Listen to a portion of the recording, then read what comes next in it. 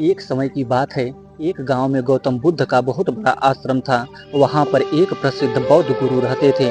वहां पर उनका एक शिष्य था जो कि बहुत बोलने वाला था। वह हर समय इधर उधर की बातें करता था। जब वह दान लेने के लिए जाता था तो हर घर से एक नई कहानी लेकर आता था और आश्रम के दूसरे शिष्यों को सुनाता था। वो हर समय एक शिष्य की दूसरे शिष्य से बुराई और चुगली करता रहता था और दूसरों के सामने अच्छा बनने का प्रयास करता रहता था। खुद के मुंह से ही खुद की तारीफ करता रहता था और हमेशा ही खुद को गुरु के सामने सबसे बुद्धिमान और उत्तम साबित करने का प्रयास करता रहता था। वह खुद को सभी शिष्यों से अलग और श्रेष्ठ मानता था। उसका कहना था कि मैं एक अमीर घर का बालक हूँ। अगर मैं चाहता तो एक आरामदायक और सुविधाओं से भरा जीवन जी सकता था, लेकिन मैं वह सब छोड़कर यहाँ आया क्योंकि मुझे सत्य की खोज करनी है, खुद को जानना है, जीवन को जानना है। इसलिए मेरा त्याग तुम सबसे बड़ा है। एक दिन गुरु ने आश्रम के सभी शिष्यों को बुलाकर कहा, आप सभी को अगले 1 महीने के लिए कोई संकल्प लेना है। इससे आपकी संकल्प शक्ति मजबूत होगी और आप में आत्मशक्ति का संचार होगा। आप सभी अपने सामर्थ्य के अनुसार कोई भी संकल्प ले सकते हैं और यदि 1 महीने से पहले किसी का भी संकल्प टूट जाएगा तो वह अपनी दिनचर्या में वापस आ जाएगा। सभी शिष्यों ने अपनी शक्ति के अनुसार छोटे बड़े संकल्प लिए और गुरु को अपने अपने संकल्प के बारे में बोलकर वहां से चले गए। लेकिन वह शिष्य जो खुद को सबसे अलग और बड़ा दिखाना चाहता था, वह सीधे गुरु की कुटिया में पहुंच गया और बोला, मैं कोई छोटा मोटा संकल्प नहीं लेना चाहता, बल्कि खुद की ही जैसे एक बड़ा और महान संकल्प लेना चाहता हूँ। कृपया आप ही बताएं, मुझे क्या संकल्प लेना चाहिए।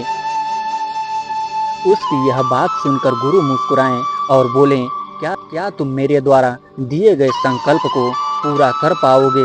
क्या तुम्हारे लिए उसे पूरा करना संभव होगा? शायद नहीं, वह तुम्हारे लिए संभव नहीं है। तुम उसे पूरा नहीं कर पाओगे, इसलिए तुम खुद ही कोई संकल्प ढूंढो। शिष्य ने कहा, नहीं गुरुदेव, आप जो भी संकल्प मुझे देंगे मैं उसे पूरा करूंगा। गुरु ने कहा, ठीक है, तो तुम अगले 1 महीने तक चुप रहो, मुंह से एक भी शब्द नहीं निकालो, यही तुम्हारा संकल्प है। शिष्य ने कहा, गुरुदेव, यह भी कोई संकल्प है? यह तो बहुत ही आसान है। 1 महीने तक चुप ही रहना। आप कोई बड़ा संकल्प दीजिए जो मेरी योग्यता के लायक हो, जिसे पूरा करने में मुझे समस्या हो। गुरु ने कहा, पहले तुम यही संकल्प को तो पूरा करके दिखाओ। शिष्य ने गुरु की बात मान ली और वह इस समय चुप हो गया और पलटकर कुटिया से बाहर चला गया। पहले उसे चुप रहना बहुत आसान लग रहा था।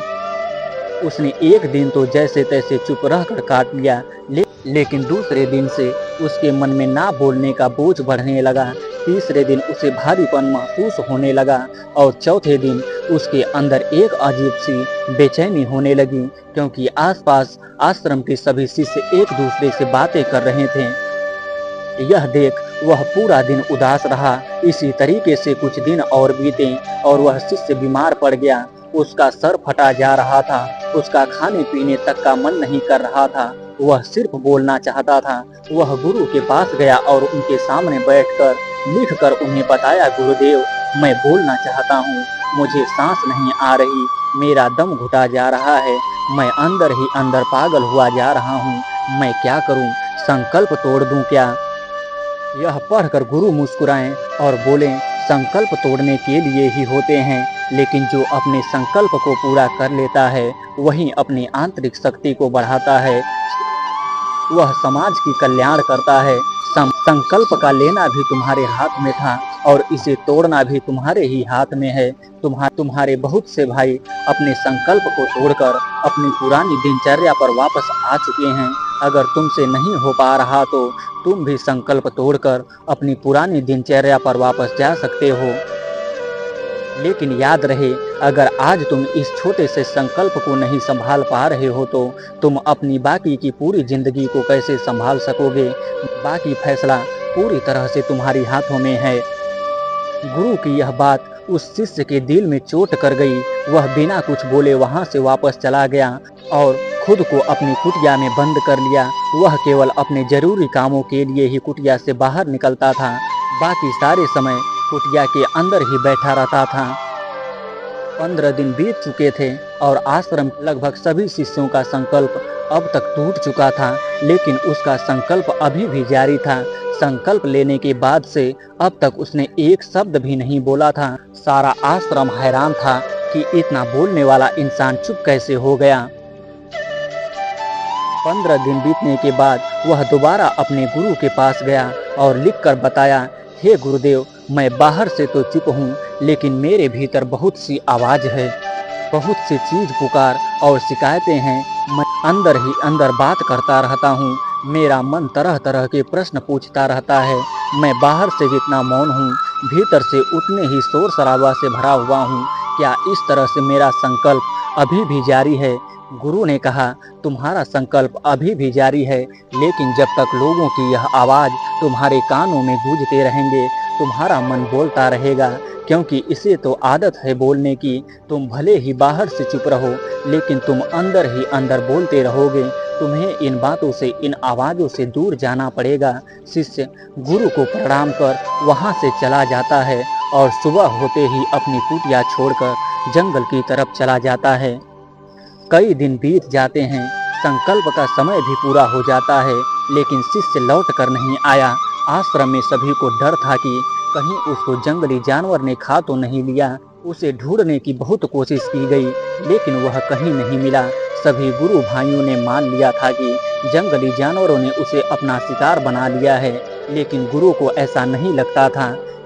एक दिन आश्रम का एक अन्य शिष्य गुरु के पास आया और बोला, गुरुदेव, हमारे उस अधिक बोलने वाले भाई के साथ क्या हुआ होगा? क्या जानवर ने उसे मार दिया होगा?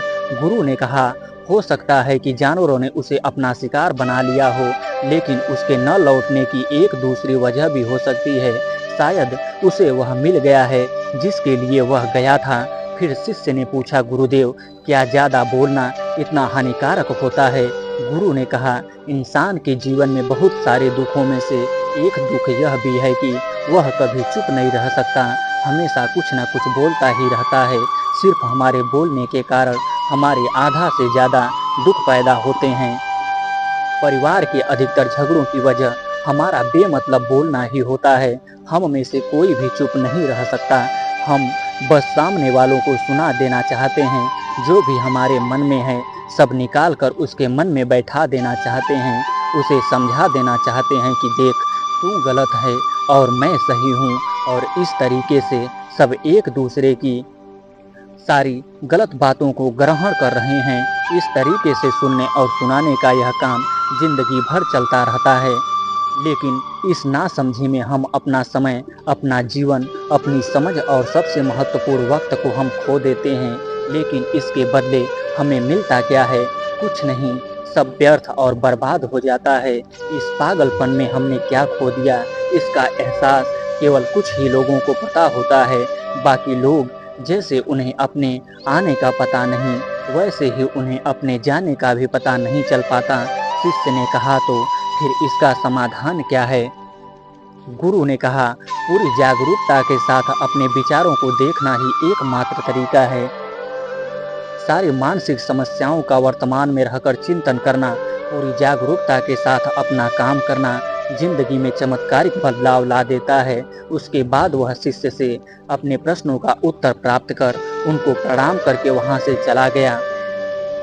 उस शिष्य को आश्रम छोड़कर गए हुए 3 महीने हो चुका था, लेकिन उसकी कोई खबर न थी। तब तो सभी गुरु भाइयों ने भी उसके वापस लौटने की उम्मीद छोड़ दी थी। लेकिन एक दिन वह आश्रम लौट आता है। उसे देखकर सभी के आश्चर्य और खुशी का ठिकाना ना रहा। वह बिल्कुल बदल चुका था। वह कुछ और ही बनकर वापस आया था। उसके अंदर एक गजब का बदलाव महसूस किया जाता था।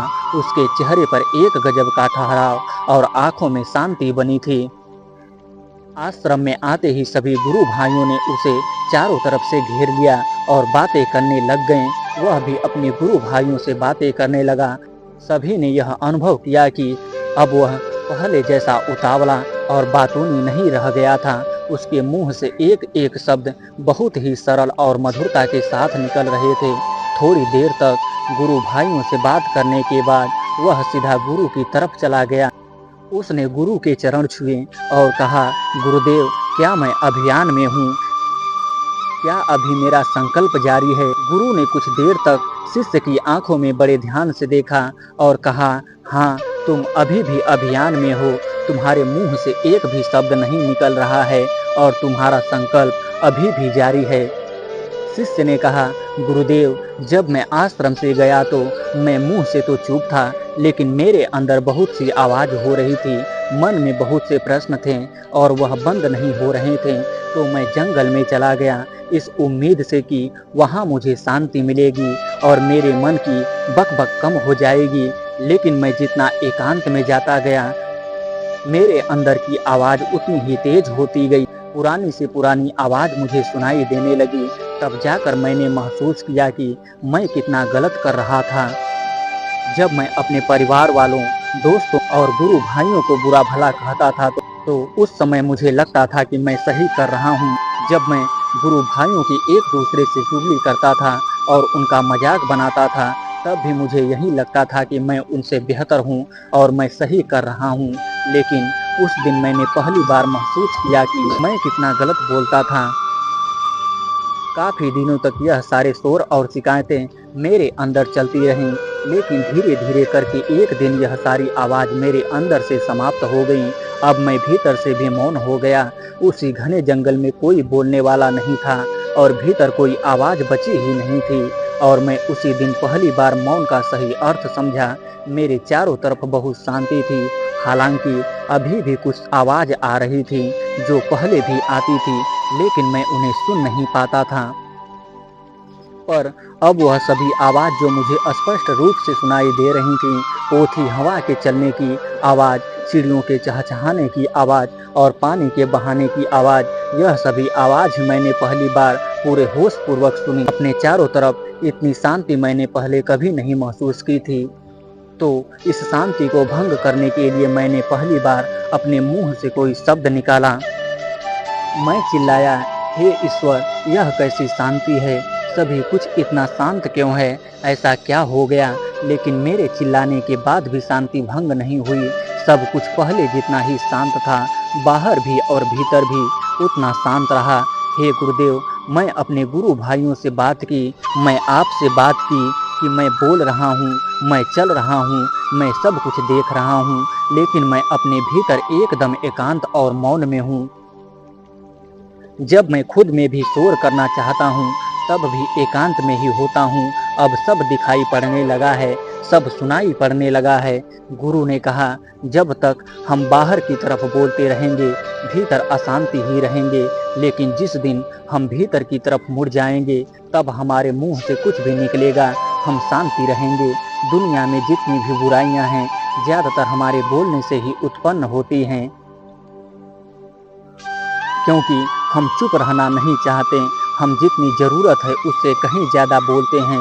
हम सामने वाले को सुनना नहीं चाहते, बल्कि उसकी बोलती बंद कर देना चाहते हैं। उसे समझा देना चाहते हैं कि मैं कौन हूँ, मैं क्या कर सकता हूँ, और यही हमारी ज़िंदगी का मकसद बनकर रह जाता है।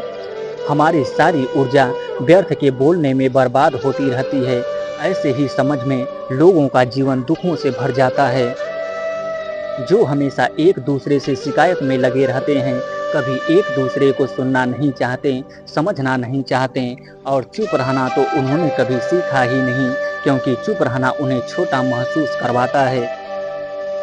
लेकिन अगर अपने भीतर के संसार की ओर मोड़ना है तो इस मुंह को बंद ही रखना चाहिए। जितने भी बुद्ध हुए, आत्मज्ञानी हुए, वह सभी एकांत की ओर भागें, ताकि उन्हें ज़्यादा ना बोलना पड़े, ज़्यादा सुनना ना पड़े। वह एकांत में रहें और शांत रहें, इसलिए आसानी से भीतर की यात्रा कर पाएं। लेकिन अगर कोई चाहे तो इस संसार में रहकर भी एकांत में रह सकता है, शांत रह सकता है, लेकिन उसके लिए उसे अपनी ऊर्जा बचानी होगी, जिसे वह अब तक अपने व्यर्थ के शब्दों में बर्बाद कर रहे थे।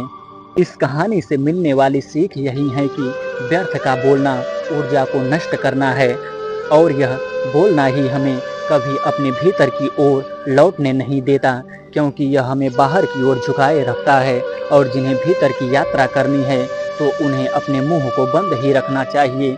चुप रहने में अद्भुत शक्ति है। यदि हम सही समय पर सही शब्दों का प्रयोग करें तो हम अपने जीवन को सकारात्मक दिशा में बदल सकते हैं। मौन रहकर हम अपनी आत्मा की गहराई में जा सकते हैं और भीतर से शांति का अनुभव कर सकते हैं। इससे हम अपने विचारों और भावनाओं को साफ करके अपने जीवन को सकारात्मक बना सकते हैं।